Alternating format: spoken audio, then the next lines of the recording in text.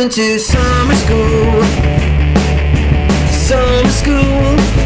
Ooh, where the kids are cool. Who's the best Batman director? Mr. X. That's a hard question. I'll say Tim Burton. Daniel. Unfortunately, Tim Burton. I gotta go Christopher Nolan. Yeah. Okay, you're all wrong! The answer is Leslie Martinson, 1966, Batman the movie. That wasn't even Whoa, a whoa. movie. That was 3 Wait, episodes of the you television mean show. But Bat Shark Whoa. Repellent? Well, first of all, a couple points. It was a movie. Second of all, Duh. I love the 60s Batman thing. But that was not his vision. That was that was Gardner and Dozier's terrible. vision of Batman, okay? There's- Did he He not? had bat Did he implement torpedoes. that vision perfectly? Of course With he a did. limited budget. Well, you know what? Look, that movie's awesome. Someday you can't. Okay, you wait, can't wait. find a place to throw out a The bomb. guy who's getting on this guy's case for being contrarian is clearly just trying to lob a bomb. I mean, I love the 60s Batman, but it was the producers of the TV show, not the director of the movie. I got it. They only made the movie so they could have the budget to get the Batman. All right. Yeah. You say Tim Burton's the And the best Bat director, Cop. right? And they did. You say Tim Burton's the best Batman director, but I'm sure that you love The Dark Knight. Well, which Batman's movie is the best? Is The Dark Knight? Would you say it's Dark Knight? No, I think the Michael Keaton Batman. Well, which one? The first Michael Keaton Batman. Both were great, but I think that it captures so well. Like, he's the only one that I felt.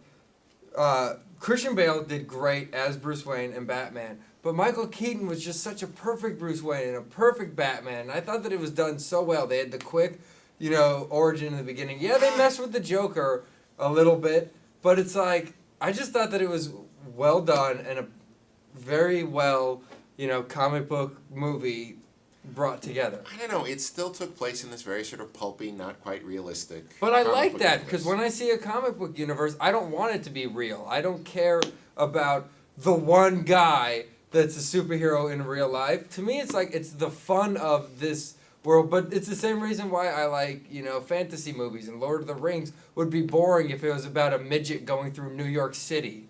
There's this great scene in the second Batman movie. Little person, With sorry. Michelle Pfeiffer and Michael Keaton, and they're dancing. And she reveals who she is, and he reveals who they are. And she says something like, should we just put on our masks and fight? Do we have to fight now? Do we have Yeah. to fight now? You could never do that in the Christopher Nolan movie. Why not? They are hardcore archetypes in that film, and that's a validation of maybe what makes a good DC film.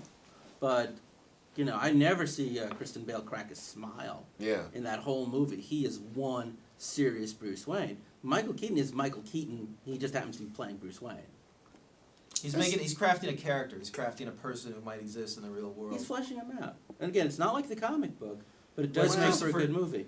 Whereas Christian Bale's Batman is single-mindedly.